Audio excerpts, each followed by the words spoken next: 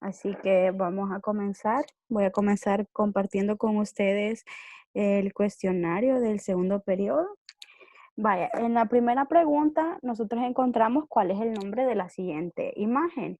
Cuando ustedes ven esa imagen y dicen, ¿qué podría ser? Entonces, ese es, en español nosotros bien vemos que es un pastel, ¿verdad? Pero en inglés nosotros vamos a decir que es un cake. Es un cake. Entonces, nosotros, cuando ustedes vean la respuesta y vean las velitas ahí y vean que está un pastel, directamente ustedes se van a la respuesta donde dice cake. De ahí tenemos acá la segunda imagen. La voy a hacer un poquitito más grande para que ustedes logren ver la información. ¿Qué es lo que me está diciendo en esa información? Yo encuentro pool party, celebrating Samantha's 9th birthday, Saturday, August 18. Y tenemos ahí la información, from 2 until 5, y tenemos una información. ¿Qué es lo que nos está diciendo esta información? Nos está diciendo información sobre algo, es una fiesta. Entonces, si yo me pongo ¿en dónde pongo yo la información cuando yo voy a decir, si yo estoy cumpliendo años, ¿a dónde pongo yo esa información? Yo la pongo en una invitación. En todo caso, en inglés sería invitation, ¿ok? Es una invitación.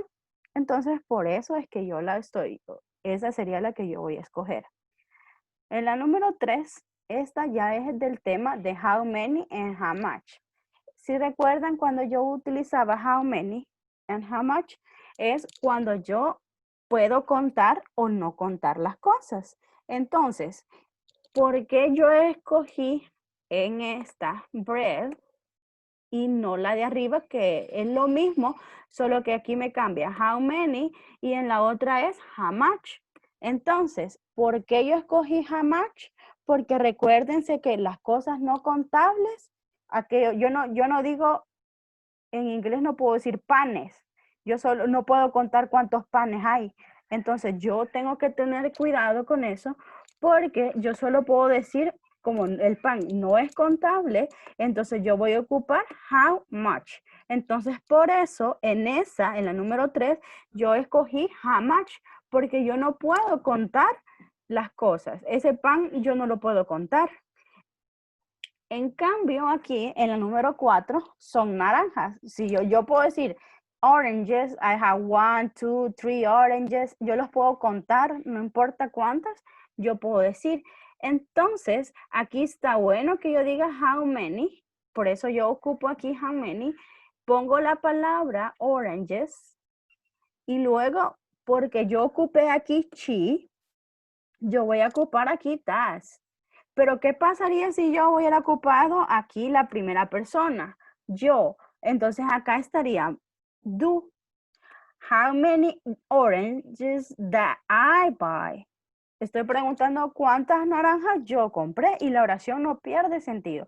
Lo único que tienen que recordar es dónde la van a utilizar, cómo van a utilizar los pronombres y el auxiliar en ese caso do o das. Vale, tenemos allá en la siguiente, tenemos el money. Igual va lo mismo. El dinero en inglés nosotros no podemos contarlo. Entonces yo voy a ocupar how much money do you need? Porque yo no puedo contar el dinero, entonces yo digo how much. Yo no puedo decir how many money do you need. Está mal escrito y si se fijan, aquí en mi autocorrector me lo está corrigiendo porque hay un problema. Entonces, por eso yo tengo que tener cuidado.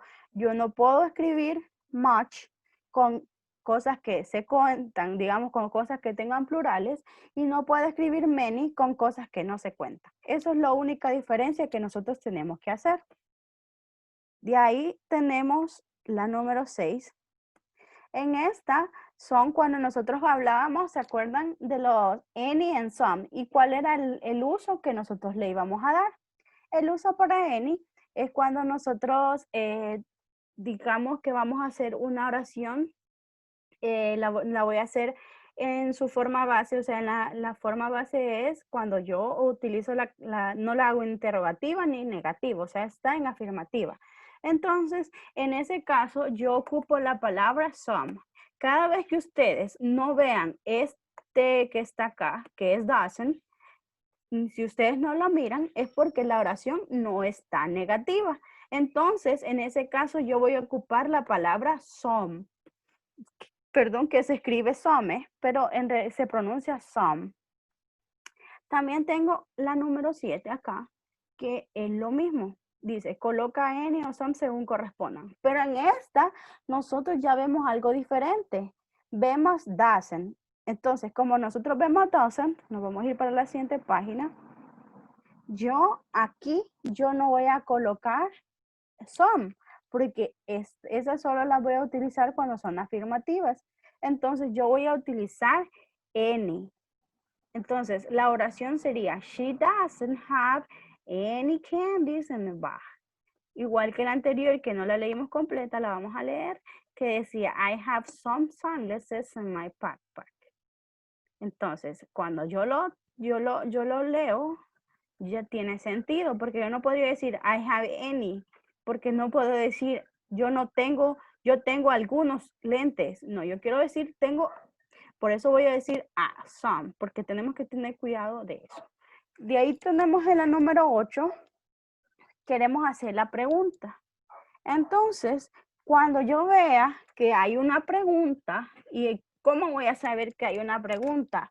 ¿Qué me lo puede decir? Entonces yo me pongo a pensar y digo, la pregunta. Lo más obvio es lo siguiente. ¿Qué es lo que vemos nosotros para saber qué es una pregunta? Y lo vamos a poner en grande para que ustedes vean. El signo. Los signos me indican a mí que son preguntas, ya sea en español o ya sea en inglés, pero igual los signos me van a decir que son preguntas. Entonces, lo único que ustedes tienen que recordar es que en inglés el signo solo lo voy a poner de último. No lo coloco al principio como en español. En español tenemos los dos signos adelante y tenemos uno al final. En cambio, en inglés yo solo lo voy a colocar al final. Entonces, como yo sé que es pregunta, yo no tengo que dudar y yo no voy a poner some, porque some solo lo ocupo en afirmativas, nada más. Entonces, directamente yo me voy a ir a colocar any, porque es donde yo utilizaré en pregunta. Entonces, la respuesta será, do you have any eraser that you lend me? Entonces, ahí yo sé que yo voy a estar preguntando, do you have any? Algo. Entonces, ¿qué quiero preguntar? ¿Tienes algún borrador que me prestes? Entonces, yo le cambio la pregunta y no digo, do you have some erasers? No puedo preguntar eso. Entonces, tenemos que tener cuidado. Vaya, cuando hablamos de infinitivos, si se recuerdan, que es la número 9, yo les decía en la clase pasada que yo no puedo utilizar el infinitivo, nunca va a ser un verbo principal, porque ese verbo, el infinitivo, depende de otro. Si yo decía acá, I have to buy a new computer. Yo digo, I have to buy a new computer, ok. Pero en este caso, yo digo que yo tengo have en mi verbo principal, pero to, buy, es mi verbo que es infinitivo. Entonces yo en ese caso, yo tengo que utilizar otro verbo para usar una oración. Entonces, por eso, acá cuando yo pregunto, ¿el infinitivo puede ser un verbo principal, verdadero o falso? Obviamente es falso, porque yo no lo puedo utilizar como verbo principal. De ahí tenemos en la siguiente, ¿cuál sería la forma correcta del verbo después del to en el infinitivo? La forma correcta, ya eso estamos hablando anteriormente, y si nos vamos a la oración, después del to, yo no voy a utilizar el verbo vayan, no lo puedo utilizar. Tampoco puedo utilizar both, que es el pasado, es tan malo. Entonces, ¿qué verbo voy a utilizar? Yo voy a utilizar el verbo en su base forma, to buy, que es el verbo en la forma principal. No puedo utilizar pasado, no puedo utilizar gerundio, no puedo utilizar ningún otro, sino que solo la forma base. Entonces acá cuando me preguntan cuál sería la forma correcta del verbo, sería base form, forma base. De ahí tenemos acá en la pregunta número 11, dice coloca el verbo correcto en la siguiente oración. Y esta va relacionada con el que teníamos anteriormente. Si usted dice, she wants to, ¿qué quiere? Comprar. Entonces, sabemos que lo que quiere es comprar. Entonces, si este verbo, si lo vemos en español, dice comprar. Y aquí significa comprando. Entonces, si la oración la vemos en español, la vamos a colocar en español. Dice, ella quiere y el espacio un pastel. Entonces, ella quiere un pastel, pero ¿qué quiere hacer ella? ¿Comprar o comprando? Ella no lo está comprando, ella quiere comprarlo. Entonces, acá lo vamos a poner y le vamos a poner comprar. Entonces, la oración tiene sentido. Ella quiere comprar un pastel, pero yo no puedo decir ella comprando un pastel, porque ahí tendría que ir otro verbo, no ese. Entonces hay que tener cuidado cuando vamos a utilizar los verbos en las oraciones con infinitivo, recordar que va a ir en su forma base. Entonces por eso aquí hemos escogido, ajá Andrés, no sé si tienes duda aquí, dice que has levantado la mano, ¿tienes alguna duda? Solo una. Dime. En la del 10. Ajá. La 10 no la entendí muy bien. Vaya, cuando estábamos hablando, vaya, tenemos, la vez pasada hablábamos de los verbos y tenemos una lista, no sé si se acuerdan y le vamos a poner aquí para que ustedes vean y explicarlo para no andar buscando porque después se pierde la maestra, se pierde de que los está compartiendo. Vaya, en inglés tenemos los tiempos verbales y tenemos el base form, tenemos past y tenemos past participle. Esos 3 tiempos son los que tenemos en inglés. Entonces, si lo hacemos play, si yo tengo play, en pasado es played y en pasado participo es el mismo. Si tenemos jump, jumper, y tenemos en el último jumper, que es el mismo. Vale, ¿qué es lo que quiere decir? Que, dime. Voy a hacer un poquito más grande la letra, por favor. Gracias. Vale, voy a hacer más grande, mejor. Vale. Tenemos aquí inicio. Ahorita vamos a ver. Vaya, ahí está.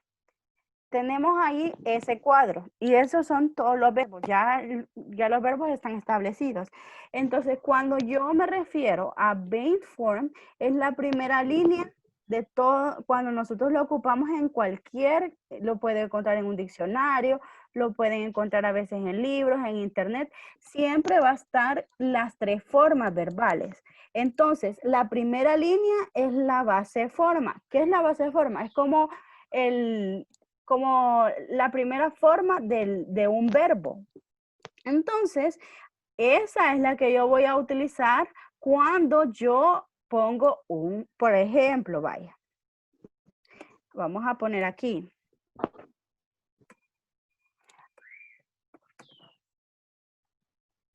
No.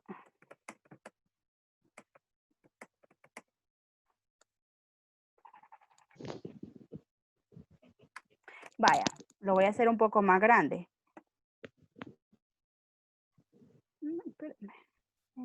Vaya, ahí tengo la oración. Entonces, si yo pusiera el verbo go de esta forma, va a ir acá.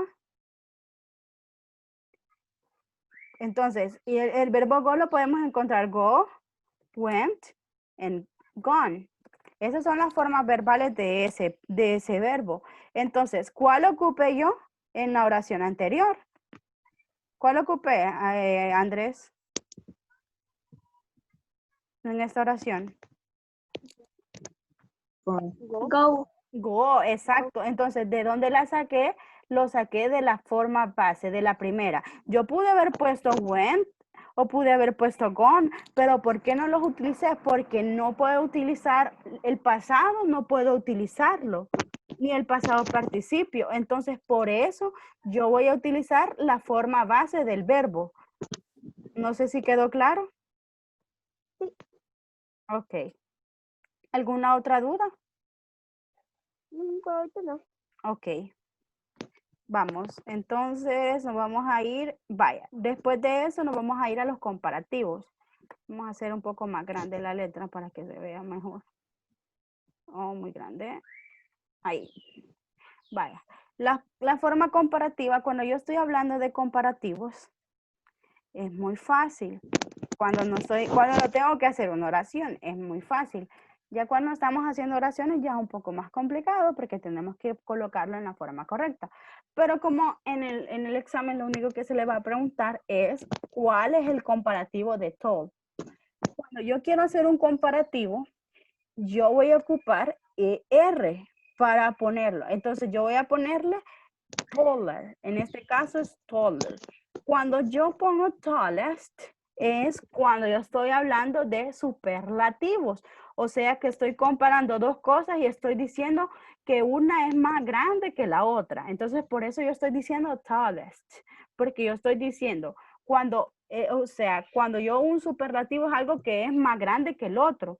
Entonces, en un comparativo pueden ser los dos iguales o puede ser uno, pero solo le voy a añadir la ER, no lo voy a añadir la EST, no lo voy a añadirlo. Por eso en ese caso, el comparativo de tall es taller. ¿Cuál sería entonces el comparativo de new?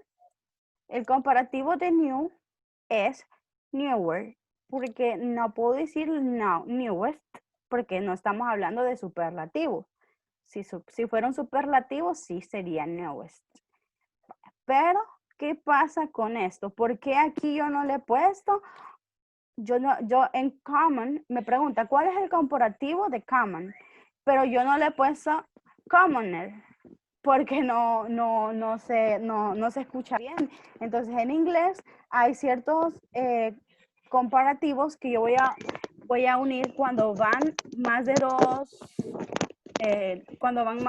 palabras, yo voy a ocupar la palabra more.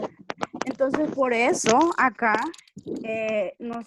estoy utilizando more common, porque yo estoy diciendo que es un comparativo. Si fuera un superlativo sería must, pero en este caso es more common. Por eso voy a poner more.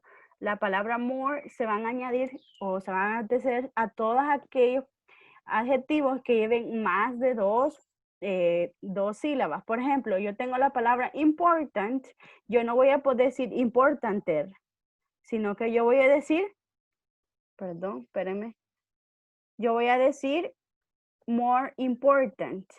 Y como última, yo tengo aquí, ¿cuál es el comparativo de good? Good es un adjetivo que es irregular. Entonces, cuando los adjetivos no son regulares, yo lo que coloco es, tengo que aprendérmelos en primera porque yo no voy a utilizar more. En este caso no voy a. Entonces, el comparativo, better. Y better es el comparativo de good. Por ejemplo, en bad, el comparativo de bad es worse.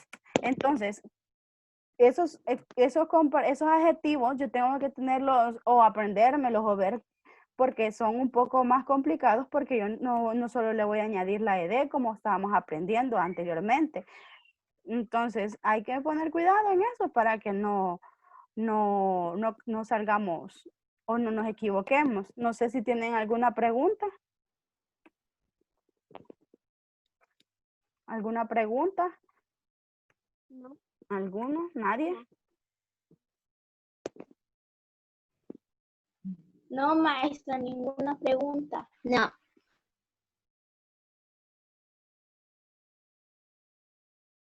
Ahí vamos. Bueno, entonces voy a dejar